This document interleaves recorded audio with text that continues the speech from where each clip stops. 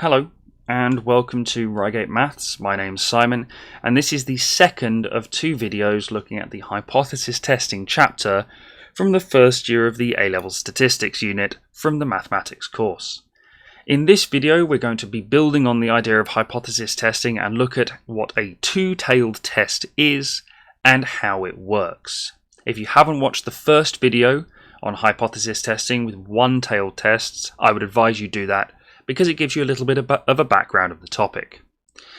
So what is a two-tailed test? So in the previous video, one-tailed tests, we were looking at improvement or a decrease in the probability of success of our test. So whether it was drug treatment or something like, or how successful someone can be in an exam, we were looking to see if a change that we make increased or decreased that probability of success. So if this is the case, then we are doing a one-tailed test. If we don't know if we are improving or decreasing, but we know that there is a change, we don't know what direction the change is in,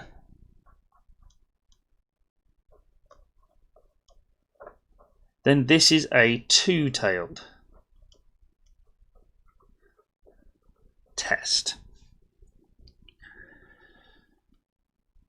So this is the key thing. The wording in the question will tell you what type it is. If we're looking at an increase or decrease of the probability of success, then it's one-tailed. If we're looking for just a change in the probability of success, then it is a two-tailed test. So let's jump in straight with an example looking at how to test a two-tailed test by calculating probabilities. For the purposes of this example, we're going to take all context out of this question and just look at how to do the maths and what the difference is with our hypotheses. So we're taking an observation from a sample and we get 3 successes. We're going to use that to test these hypotheses. So notice here, this is the key difference. For a two-tailed test, the alternate hypothesis is no longer an inequality. It is a not equal to. And this is the case for all two-tailed tests. Okay, that our parameter is not equal to the number that we're measuring. We'll look at an example in context later in this video, but for now we're just going to look at the maths. So what we're going to do now is, how do we test that? Well, we know, because we're told, that X is distributed binomially with 30 trials. And again, we assume that the null hypothesis is correct. So we've got a value of 3 from our test statistic. So we are going to compare X with 3. Now this is where figuring out the direction is difficult, because this is still going to be either less than or equal to or greater than or equal to. Okay, it's still going to be that, even though this isn't that. So how do we figure out the direction of the inequality? Well, it's very straightforward. What we do is we look at the expected number of successes. So we're going to do 30 times 0.25. So we're expecting to get 7.5 successes. We look at the number that we've got. 3 is less than 7.5. So we keep that direction the same. And that's how you figure out the direction there. So you look at n times p,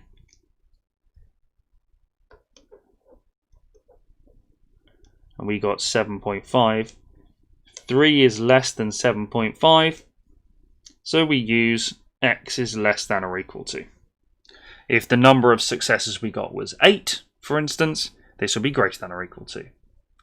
And that's how you decide the direction for a two-tailed test. Once you're there, you do exactly the same maths.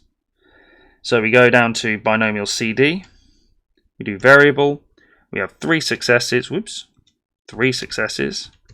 30 trials, and probability of success 0.25. And we get 0.0374.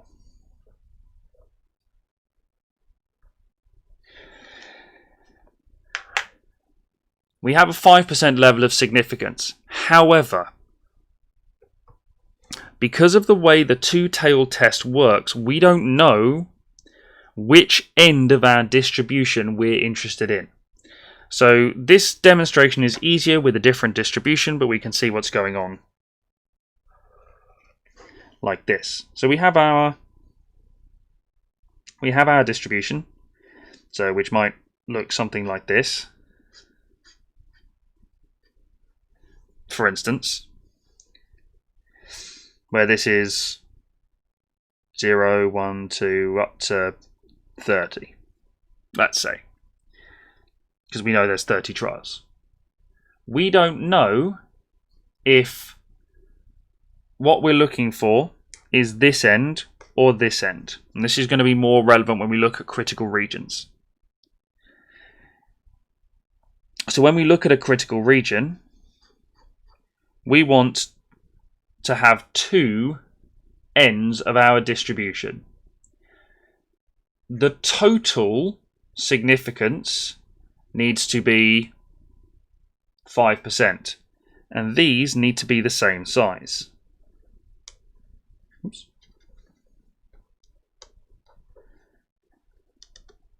So each of those has got to be 2.5%. So we, instead of comparing with 5, we compare with 2.5%, so 0.025. This is really important for this question specifically because we can see that this is greater than 0.025. So therefore, insufficient evidence to reject the null hypothesis. Now, there's no scenario that this question is taking place in, so we don't need to. There's nothing for us to relate it to. But we can see there that this is the other difference. Okay, so we've got this, which means we halve the significance level.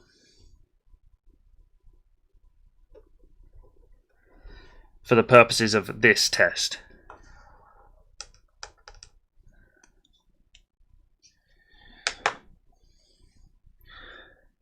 So what we're going to do is we're going to have a look at another example in context and then look at how to find the critical region for a two-tailed hypothesis test. And look at the actual level of significance for those tests. So here is our contextual example. Over a period of time, it's been found that the ratio of non-vegetarian meals to vegetarian meals at Enrico's restaurant is 2:1. In Manuel's restaurant, a random sample of 10 people is taken. One person orders a vegetarian meal. Using a 5% significance level, test whether the proportion of people ordering a vegetarian meal at Manuel's is different from Enrico's. So let's go through this, and first off, let's identify what X is. So X is going to be the event a vegetarian meal is ordered.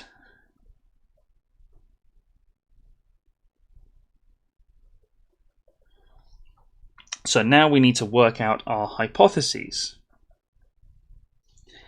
So our null hypothesis, it is found that the ratio of non-vegetarian meals to vegetarian meals in Enrico's restaurant is 2:1. So our probability of success is 1 out of 3 at Enrico's. So our alternate hypothesis is going to be comparing P to 1/3. And so we need to look through. Test whether the proportion of people ordering a vegetarian meal at Manuel's is different. So this tells us it is a two-tailed test.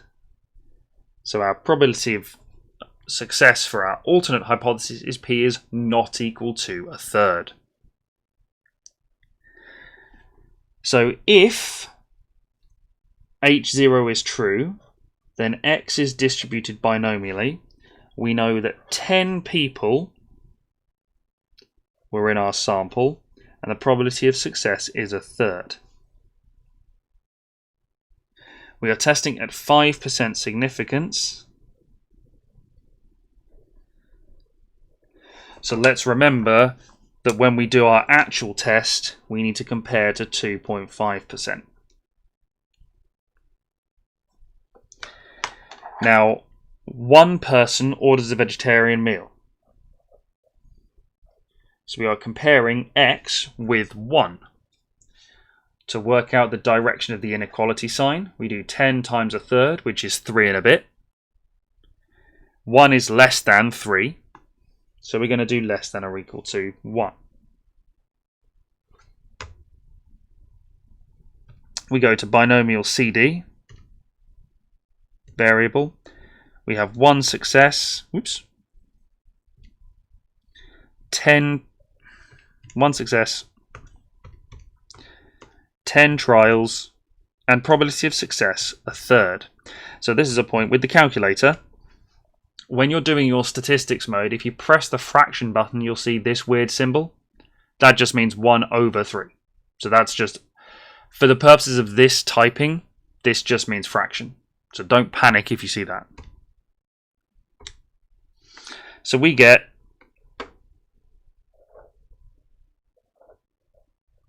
to 3 significant figures, a probability of that 0.104. So in this case, we compare this with the significance level, half of it. This is much bigger than 0.025. So therefore, insufficient evidence to reject the null hypothesis. Therefore, the proportion of people ordering a vegetarian meal at Manuel's is not different to Enrique's.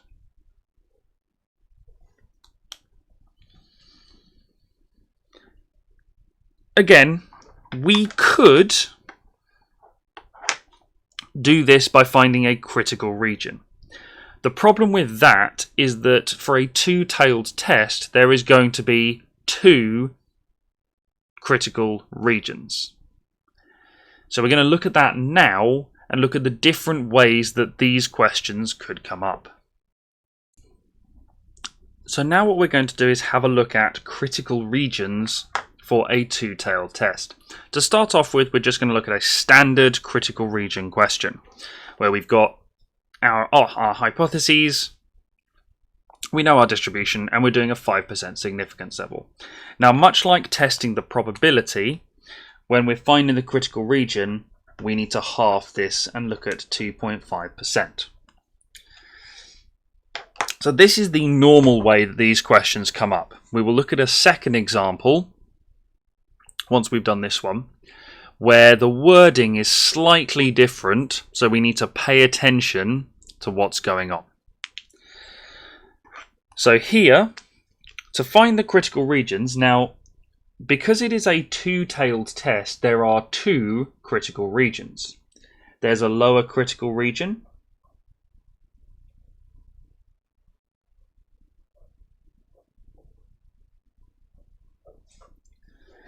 and an upper critical region.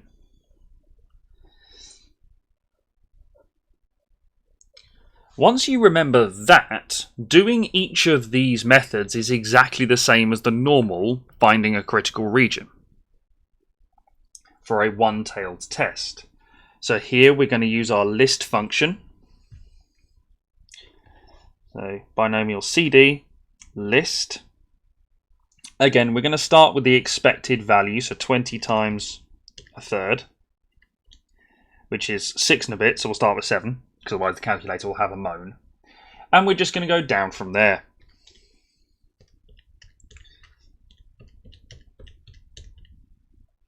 We've got 20 trials, and the probability of success is a third.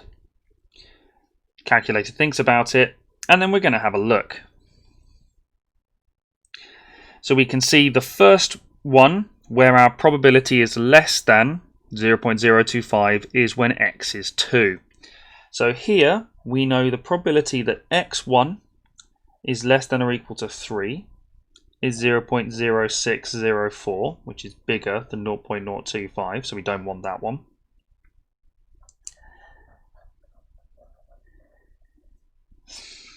And then for 2 is 0.0175, which is less than 0.025. Okay, so the lower critical region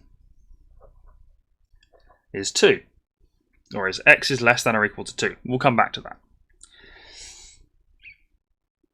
For the upper critical region, again, we work it out the same way.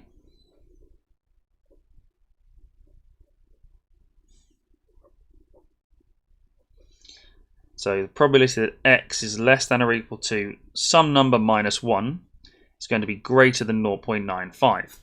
We've already got the list set up, so all we have to do is overwrite the numbers we've already got there. We don't want to leave them there, otherwise the calculator will recalculate them and it'll take some time. So we already know that 7 gives us 0.66, which is quite a ways from here. So I'm going to start looking at 10, because why not? I'm going to go 9, 10, 11, 12, 13, just as a starting point. Again, if this doesn't work, we can just add more numbers to our list. Our parameters are still the same. Okay, so we can see that when x is 9, oops, that should be 7.5. So when x is 11, we get 0.987. When x is 10, we get 0.962. This is greater than 0.975. This is less than 0.975. So therefore, x2 minus 1 is 11. x2 is 12. So therefore, the critical region is x is less than or equal to 2, or x is greater than or equal to 12. So these are the critical regions for this test. Now, something you might be required to do is work out what's called the actual significance. So the actual significance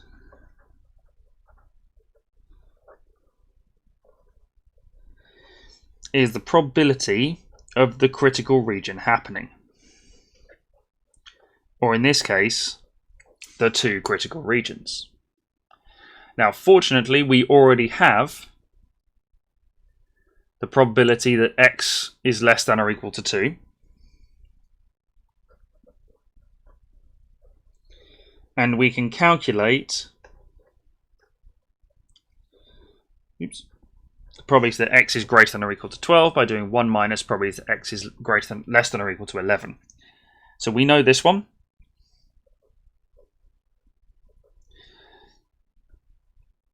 We know this one because we've got it here. Now we've probably still got it in the calculator. Yeah, 7, 0.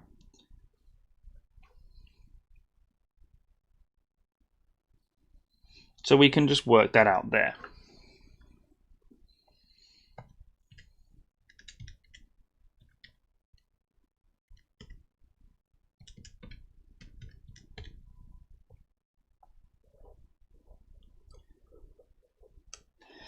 Okay, so the actual significance is 3.05%. So this is where kind of the discrepancy between the significance level that we are choosing and the actual significance of the test. The actual significance is the chance the critical region happens. This is the 5% that we are looking to hit to work out what our critical region is.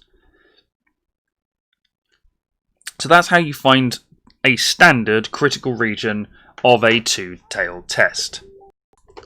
So here is our final example for hypothesis testing, and this could come up for both two-tailed or one-tailed tests. Typically, we're just looking for less than the significance level, or in the case of a two-tailed test, less than half the significance level. In this example, though, we just want to be as close to the projected significance level as possible. We're not too fussed if it goes above or below, we just want as close as possible. The actual working is exactly the same, it's just how you conclude is slightly different. So again, we know that x is distributed binomially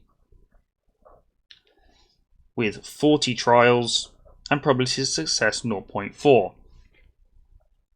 So we know that there is going to be a lower tail because this is a two-tailed test. And we just want it to be as close to 0.025. So I'm just going to set it as equal for now and don't worry too much about it. Again, using the list function on our calculator, we do exactly the same thing. So 40 times 0.4 is 16. So that's going to be our starting point. And I'm just going to go down from there. I'm going to go down to 10 just to see what happens. We've got 40 trials, probability of success 0.4. And there we go. So we can see immediately, like, I didn't do enough numbers. Okay, because we haven't got below. So eventually what we want to do is find two numbers either side 0.025 and then figure out which one's closer. So I'm just going to stick 9 and 8 on there as well. Probably don't need the 8. And there we go. So we can see we've got the probability that x is less than or equal to 10 is 0.035222. And then x is less than or equal to 9 is 0.015573. Now, we are interested in not which one is bigger than 0.25, just which one is closer. So we can see if we do this minus 0.025, we're going to get 0.0102. So just write that down to the side just to remind us. If we do 0.025 minus this, I'm not going to try and do that in my head.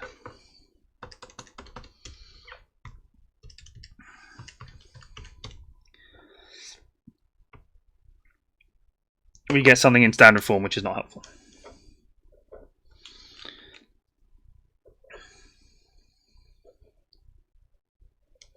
Okay, we get 0.00943. So this one is closer to 0.025 than this one. So we're going to choose this as our lower limit.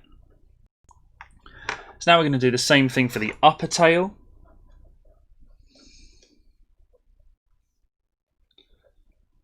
So, well, in this case, x1 is 9. So we know 1 minus probability that x is less than or equal to x2 minus 1, 0.025.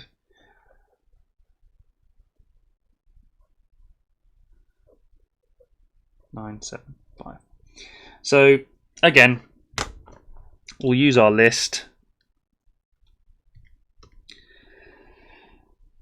Now we know that 16 was the kind of expected value, so I'm just going to go up from there. start going up to 20, see if that works. If it doesn't, oh well, we'll just put some new numbers in. Okay, so we're getting there. 20 is not quite there, but so what I'm going to do is I'm just going to delete except the 20.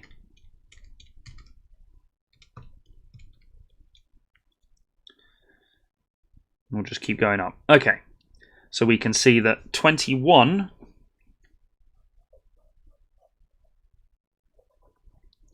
gives us 0.96083, and x is less than or equal to 22, 0.981009.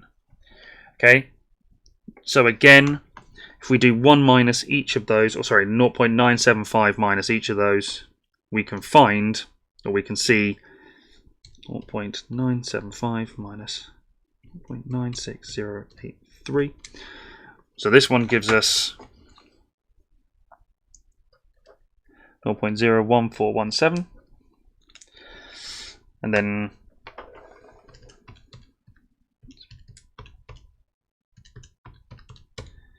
that one gives us a much smaller number. Now obviously you may well be able to spot that straight away.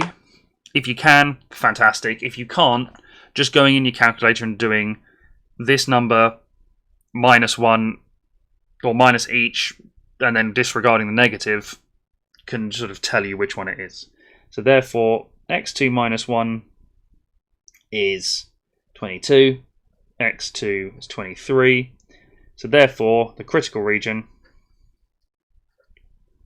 is x is less than or equal to 9, or x is greater than or equal to 23.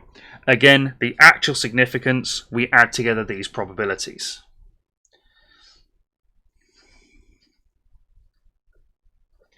So we've got the probability that x is less than or equal to 9, plus the probability that x is greater than or equal to 23. So we've got that 0.015573 plus 1 minus probability that x is less than or equal to 22.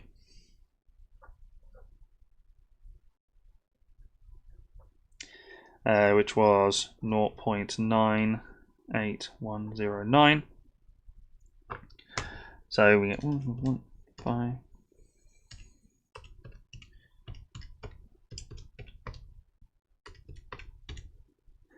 0.0345.